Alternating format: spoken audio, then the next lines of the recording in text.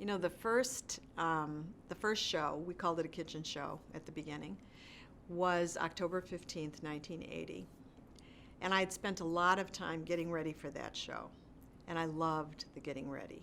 It was checklists and product and getting a desk set up and getting a date with a host and all those things. Check, check, check. When it came down to October 15th, and I needed to be at my friend Ruth's home for the first kitchen show, the reality hit me. All the things that I had done had been so much fun, and they clearly were in preparation for this date. However, I realized I was scared. I was frightened. I didn't know what I was going to do exactly. I had everything with me. I had an idea. I had practiced a little, but nothing was quite like the reality of getting in that car, packed up with all of my things, leaving my family at home, and driving in rush hour traffic on a rainy night out to Ruth's house. Traffic was slow, gave me a lot of time to think, and it was not good.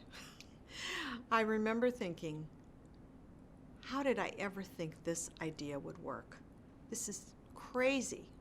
And I actually thought maybe I'm just going to pull over to the side of the road, find a phone, and call Ruth and tell her I've had a flat tire or I'm sick or whatever. The best thing that happened was 4 people said, I'd like to have a show.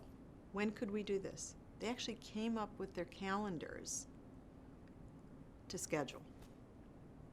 That was the key factor that made that drive home totally different than the drive out to do the show. It's just such an amazing thing to think about how uncomfortable I was when I had to really do this show, and how quickly those fears were at least put aside, if not totally erased, by success, by the positive response we get from customers, by my host Ruth being happy with what she had put together and happy with the result. So the sales were about $175, which I was thrilled with at that time, and 4 bookings. 2 of the people who booked shows I did not ever know. I didn't know who they were. There were people there who were friends, but 2 of her neighbors booked shows, and that was such a positive reinforcement for the business. So it was a great start. So I kind of wanted to have both ways. I wanted to have a job that I liked and that would really interface with my family easily.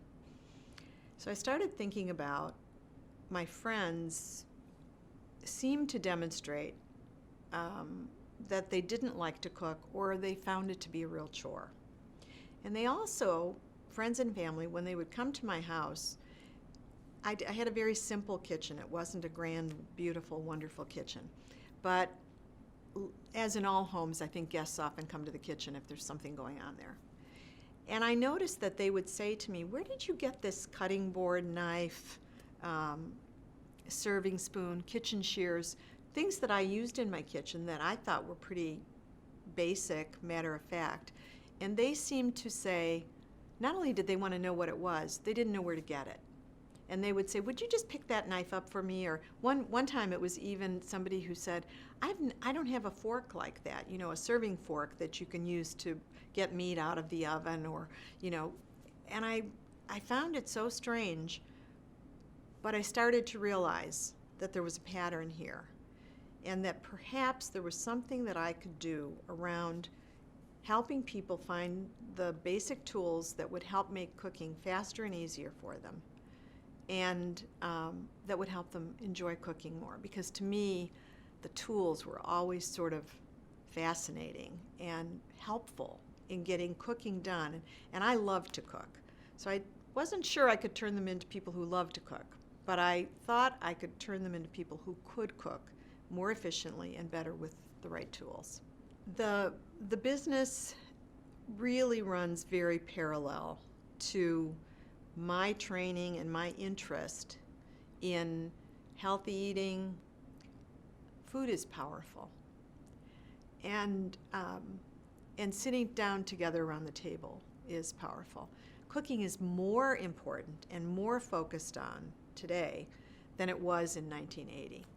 So I see cooking, and more importantly, the benefits of cooking, that sense of worth because I've done something that's nourished my family and they like it, the sense of pride that I am able to do something efficiently and I know that it's good for the people who are going to eat it.